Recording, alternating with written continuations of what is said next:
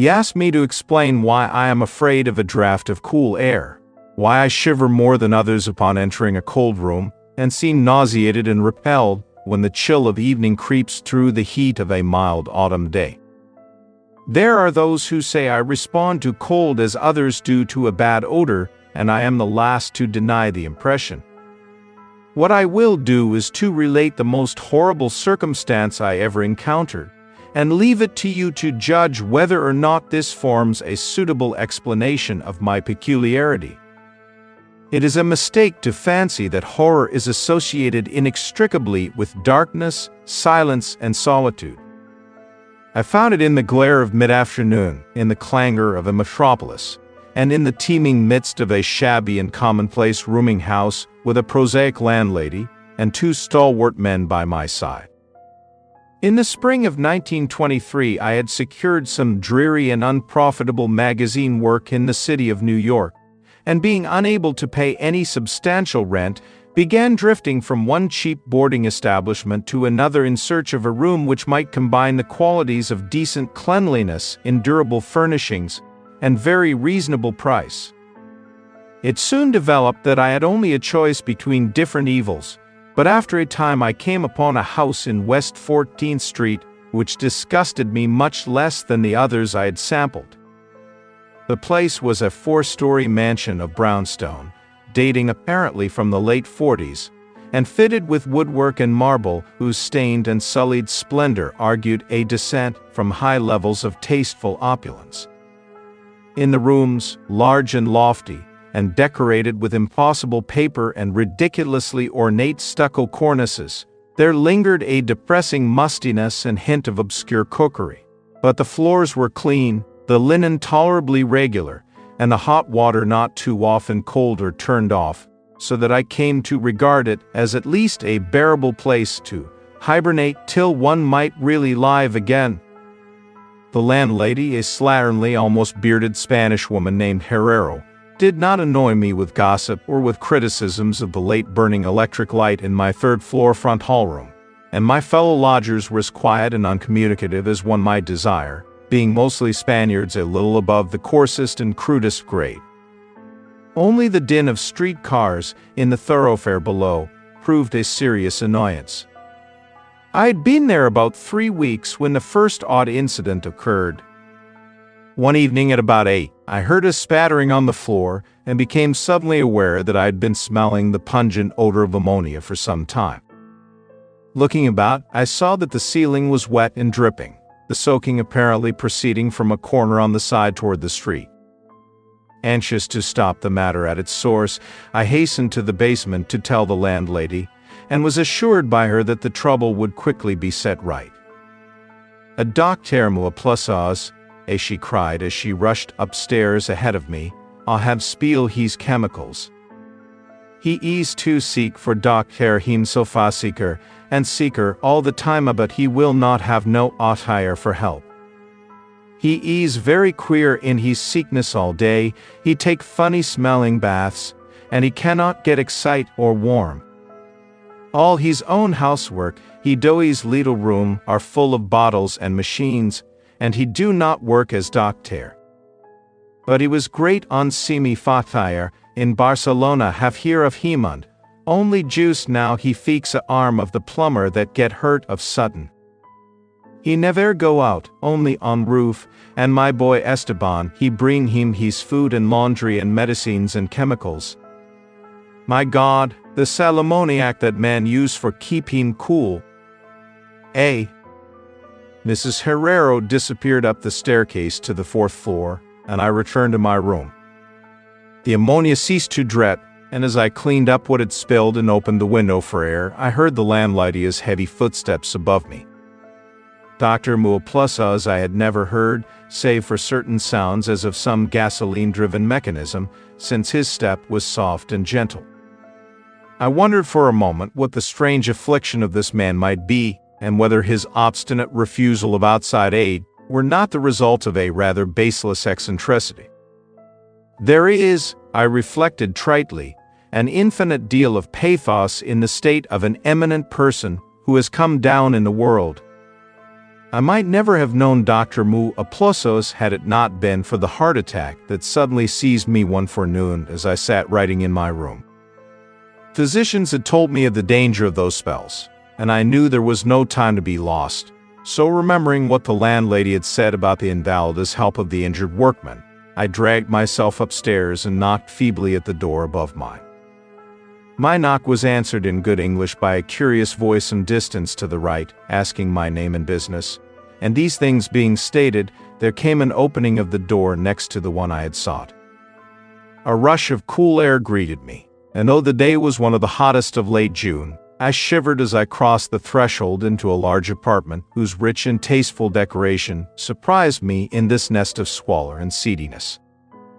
A folding couch now filled its diurnal role of sofa, and the mahogany furniture, sumptuous hangings, old paintings, and mellow bookshelves all bespoke a gentleman's study rather than a boarding-house bedroom. I now saw that the hall room above beneath a little room of bottles and machines which Mrs. Herrero had mentioned was merely the laboratory of the doctor, and that his main living quarters lay in the spacious adjoining room whose convenient alcoves and large contiguous bathroom permitted him to hide all dressers and obtrusive utilitarian devices. Dr. Munoz, most certainly, was a man of birth, cultivation, and discrimination. The figure before me was short but exquisitely proportioned, and clad in somewhat formal dress of perfect cut and fit. A high-bred face of masterful, though not arrogant expression was adorned by a short, iron-gray full beard, and an old-fashioned pince-nez shielded the full, dark eyes and surmounted an aquiline nose which gave a Moorish touch to a physiognomy otherwise dominantly Celtiberian. Thick, well-trimmed hair that argued the punctual calls of a barber was parted gracefully above a high forehead, and the whole picture was one of striking intelligence and superior blood and breeding. Nevertheless, as I saw Dr. Munoz in that blast of cool air, I felt a repugnance which nothing in his aspect could justify. Only his lividly inclined complexion and coldness of touch could have afforded a physical basis for this feeling, and even these things should have been excusable considering the man's known invalidism. It might, too, have been the singular cold that alienated me, for such chilliness was abnormal on so hot a day, and the abnormal always excites aversion, distrust, and fear. But repugnance was soon forgotten in admiration, for the strange physician's extreme skill at once became manifest despite the ice-coldness and shakiness of his bloodless-looking hands.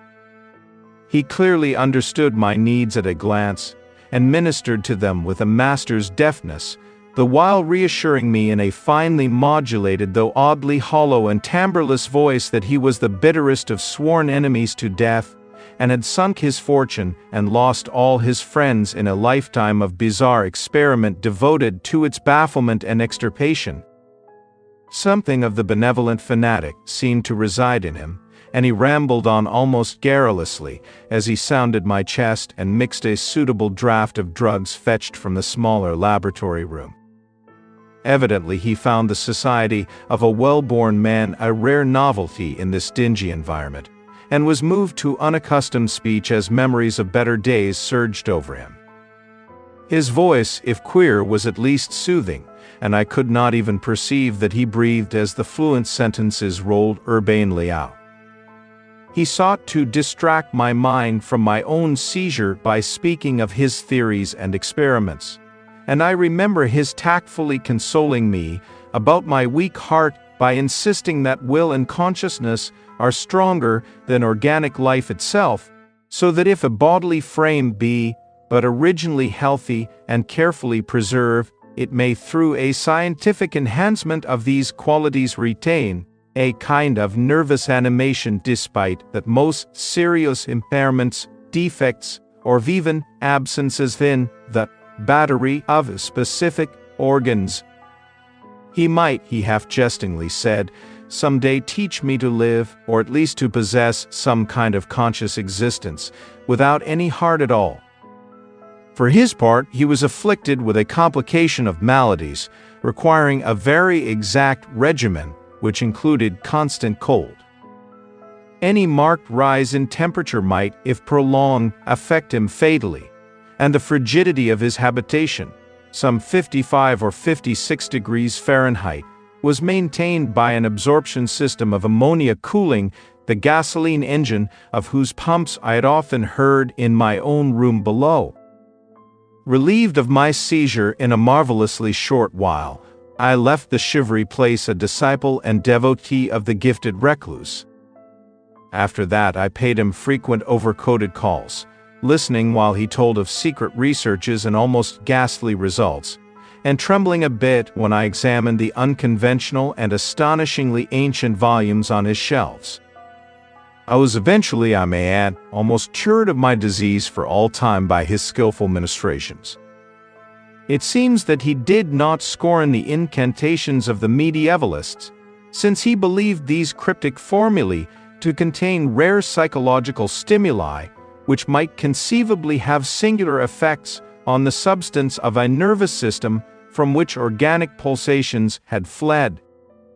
I was touched by his account of the aged Dr. Torres of Valencia, who had shared his earlier experiments with him through the great illness of 18 years before, whence his present disorders proceeded. No sooner had the venerable practitioner saved his colleague than he himself succumbed to the grim enemy he had fought. Perhaps the strain had been too great, for Dr. Munoz made it whisperingly clear, though not in detail, that the methods of healing had been most extraordinary, involving scenes and processes not welcomed by elderly and conservative Galens. As the weeks passed, I observed with regret that my new friend was indeed slowly but unmistakably losing ground physically, as Mrs. Herrero had suggested. The livid aspect of his countenance was intensified, his voice became more hollow and indistinct, his muscular motions were less perfectly coordinated, and his mind and will displayed less resilience and initiative.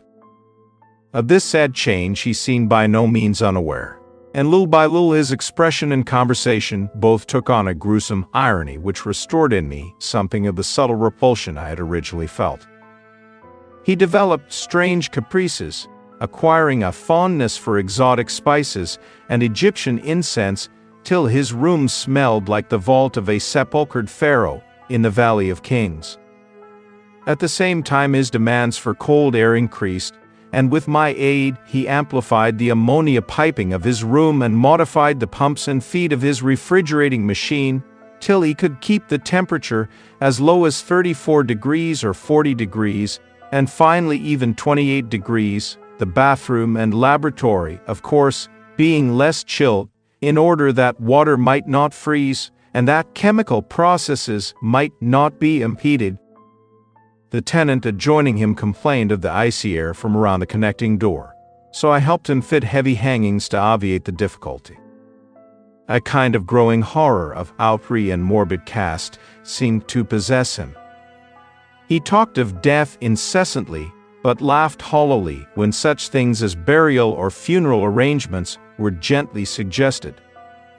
All in all, he became a disconcerting and even gruesome companion. Yet in my gratitude for his healing, I could not well abandon him to the strangers around him, and was careful to dust his room and attend to his needs each day, muffled in a heavy ulster which I bought especially for the purpose. I likewise did much of his shopping, and gasped in bafflement at some of the chemicals he ordered from druggists and laboratory supply houses. An increasing and unexplained atmosphere of panic seemed to rise around his apartment. The whole house, as I have said, had a musty odor, but the smell in his room was worse, and in spite of all the spices and incense and the pungent chemicals of the now incessant baths which he insisted on taking unaided. I perceived that it must be connected with his ailment, and shuddered when I reflected on what that ailment might be. Mrs. Herrero crossed herself when she looked at him and gave him up unreservedly to me, not even letting her son Esteban continue to run errands for him. When I suggested other physicians, the sufferer would fly into as much of a rage as he seemed to dare to entertain. He evidently feared the physical effect of violent emotion, yet his will and driving force waxed rather than waned, and he refused to be confined to his bed. The lassitude of his earlier ill days gave place to a return of his fiery purpose, so that he seemed about to hurl defiance at the death demon, even as that ancient enemy seized him. The pretense of eating, always curiously like a formality with him, he virtually abandoned, and mental power alone appeared to keep him from total collapse. He acquired a habit of writing long documents of some sort, which he carefully sealed and filled with injunctions that I transmit them after his death to certain persons whom he named, for the most part lettered East Indians, but including a once celebrated French physician now generally thought dead, and about whom the most inconceivable things had been whispered. As it happened, I burned all these papers undelivered and unopened. His aspect and voice became utterly frightful, and his presence almost unbearable. One September day an unexpected glimpse of him induced an epileptic fit in a man who had come to repair his electric desk lamp, a fit for which he prescribed effectively whilst keeping himself well out of sight. That man, oddly enough, had been through the terrors of the Great War without having incurred any fright so thorough. Then, in the middle of October, the horror of horrors came with stupefying suddenness. One night, about 11, the pump of the refrigerating machine broke down, so that within 3 hours the process of ammonia cooling became impossible. Dr. Munoz summoned me by thumping on the floor, and I worked desperately to repair the injury, while my host cursed in a tone whose lifeless, rattling hollowness surpassed description. My amateur efforts, however, proved of no use, and when I had brought in a mechanic from a neighboring all-night garage, we learned that nothing could be done till morning, when a new piston would have to be obtained.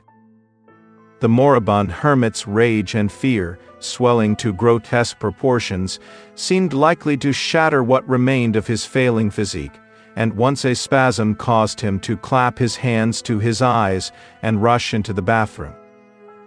He groped his way out with face tightly bandaged, and I never saw his eyes again.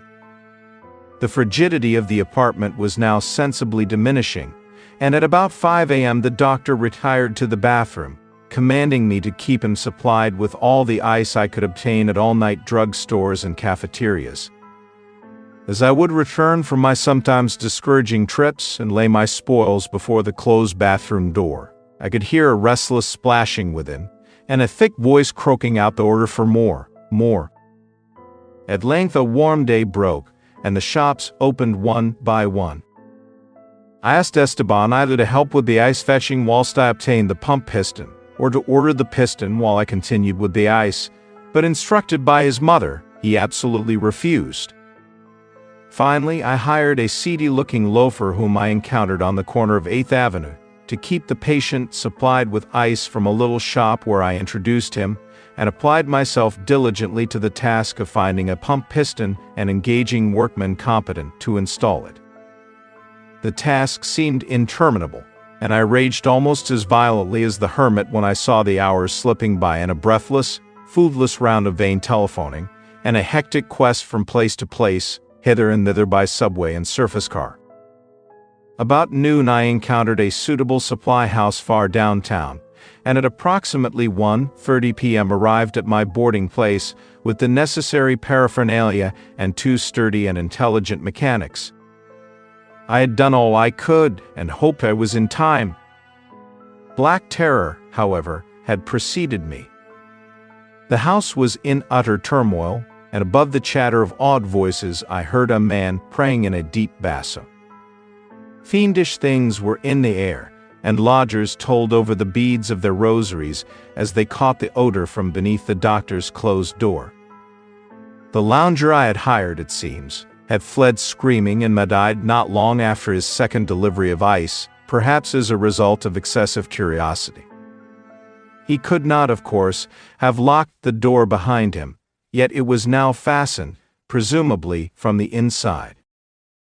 There was no sound within save a nameless sort of slow, thick dripping. Briefly consulting with Mrs. Herrero and the workmen despite a fear that gnawed my inmost soul, I advised the breaking down of the door, but the landlady found a way to turn the key from the outside with some wire device. We had previously opened the doors of all the other rooms on that hall and flung all the windows to the very top. Now, noses protected by handkerchiefs, we tremblingly invaded the accursed south room, which blazed with the warm sun of early afternoon. A kind of dark, slimy trail led from the open bathroom door to the hall door, and thence to the desk, where a terrible little pool had accumulated. Something was scrawled there in pencil in an awful, blind hand on a piece of paper, hideously smeared as though by the very claws that traced the hurried last words. Then the trail led to the couch, and ended unutterably. What was, or had been, on the couch I cannot and dare not say here. But this is what I shiveringly puzzled out on the stickily smeared paper, before I drew a match and burned it to a crisp, what I puzzled out in terror as the landlady and two mechanics rushed frantically from that hellish place to babble their incoherent stories at the nearest police station. The nauseous words seemed well-nigh incredible in that yellow sunlight, with the clatter of cars and motor trucks ascending clamorously from crowded 14th Street, yet I confess that I believed them then. Whether I believe them now I honestly do not know. There are things about which it is better not to speculate, and all that I can say is that I hate the smell of ammonia and grow faint at a draught of unusually cool air. The end, ran that noisome scrawl, is here. No more ice, the man looked and ran away. Warmer every minute, and the tissues can't last. I fancy you know what I said about the will and the nerves and the preserved body after the organs ceased to work. It was good theory, but couldn't keep up indefinitely. There was a gradual deterioration I had not foreseen. Dr. Torres knew, but the shock killed him. He couldn't stand what he had to do. He had to get me in a strange, dark place when he minded my letter and nursed me back. And the organs never would work again. It had to be done my way, artificial preservation, for you see I died that time 18 years ago.